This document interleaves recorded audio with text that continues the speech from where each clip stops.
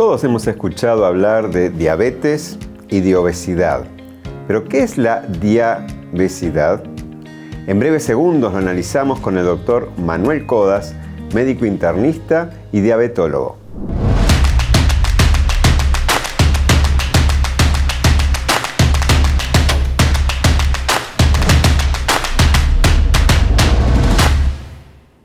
Doctor Manuel, ¿qué es la diabesidad?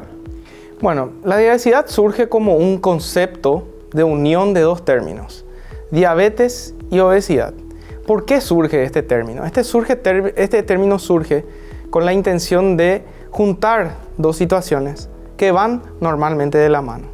Y hay una situación muy interesante que viene ocurriendo. La gente se cuida cada vez más.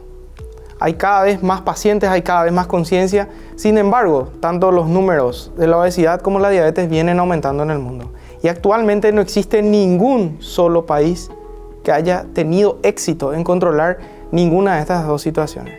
Entonces, tanta es la relación que tenemos de causalidad entre la diabetes y la obesidad que se ha determinado que esto es una sindemia del siglo XXI.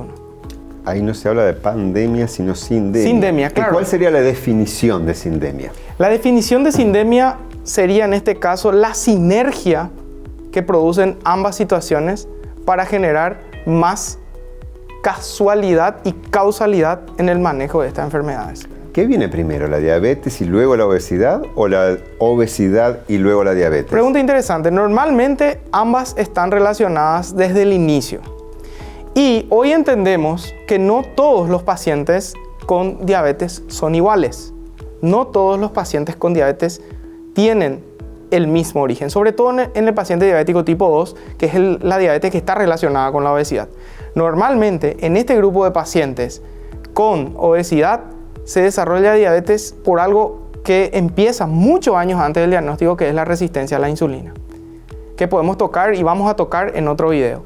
Pero desde este punto de vista de cómo es el origen, de dónde viene en realidad la diabetes en este grupo de pacientes, es justamente por esta resistencia a la insulina y la cantidad de adipocitos o de grasa que se acumula a nivel hepático, a nivel de las vísceras y a nivel muscular, lo que determina que esta insulina no funcione correctamente.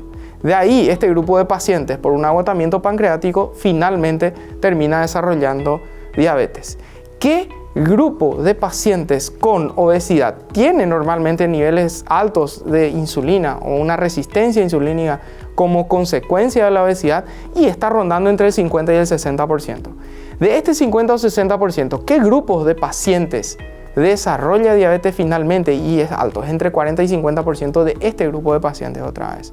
Por lo tanto, es muy importante entender que la obesidad es un importante factor de riesgo para el desarrollo de diabetes.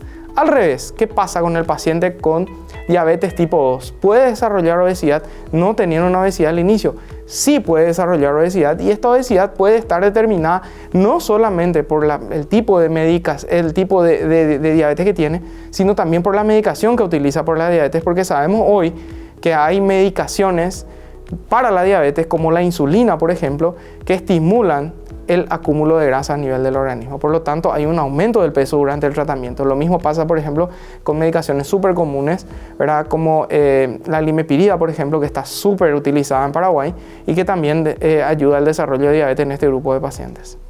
Entonces hay que estar mirando siempre un paciente que sea diabético a ver si está por desarrollar sobrepeso, o a la inversa, alguien que está con sobrepeso, que de pronto sin tener diabetes, pero hay que hacer un seguimiento a ver si le aparece la diabetes. Claro, y ahí es cuando realmente tenemos que tener en cuenta qué le prescribimos al paciente con diabetes. Porque si un paciente con diabetes ya viene con un trasfondo de obesidad, no podemos permitirnos ni permitirle a él utilizar un fármaco que aumente el peso, ¿sí? Entonces hoy, gracias a todo el desarrollo científico que tenemos alrededor de estas enfermedades metabólicas y sobre todo alrededor de la diabetes y la obesidad, tenemos fármacos que están dirigidos específicamente a evitar que el paciente con diabetes siga aumentando el peso y que incluso empiece a disminuir el peso. Entonces, hay que entender muy bien eso. Cuando tratamos a los pacientes con diabetes y obesidad, no darle fármacos que aumenten la obesidad y aumenten sobre todo la cantidad de grasa acumulada en el cuerpo, ¿verdad? Si quisiéramos pensar en cuál puede ser la causa por la cual, a pesar de todo el conocimiento, a pesar de todo el esfuerzo, tanto la diabetes como la obesidad continúa aumentando en todos los países del mundo, ¿cuáles podrían ser las causas? Y probablemente el estilo de vida es la causa más importante de todo esto, ¿verdad? Hoy en día tenemos que tener en cuenta que, bueno, esto ya, digamos que nuestros genes son ancestrales. Nosotros no tenemos, nuestros genes no son de hoy. Nuestros genes vienen codificados para intentar acumular grasa. ¿Con qué fin? Para la época de hambre. El cerebro siempre va a estar dosando algo que se llama el adipostato a nivel del hipotálamo, y cuando él sensa que nosotros empezamos a perder peso, lo primero que hace es intentar reganar peso nuevamente. Lo mismo pasa con la situación de la obesidad y el desarrollo de diabetes posterior. Entonces, es súper importante entender eso, súper importante.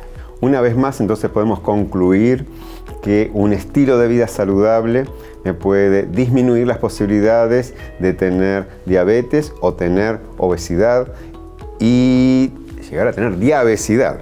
Sin lugar a dudas, el estilo de vida es el primer y el más importante de todos los abordajes en este tipo de pacientes. Sobre todo entender, ¿verdad?, que una cosa lleva a la otra y que el estilo de vida es el primer paso y un paso indispensable en todo tipo de pacientes. El que ya lo tiene y el que aún no lo tiene y no queremos que lo desarrolle. Doctor Manuel Codas, muchas gracias. Desde el Sanatorio Adventista de Juvenau, en el corazón del Mercosur, te recordamos: Dios te ama profundamente y desea que tengas salud y salvación.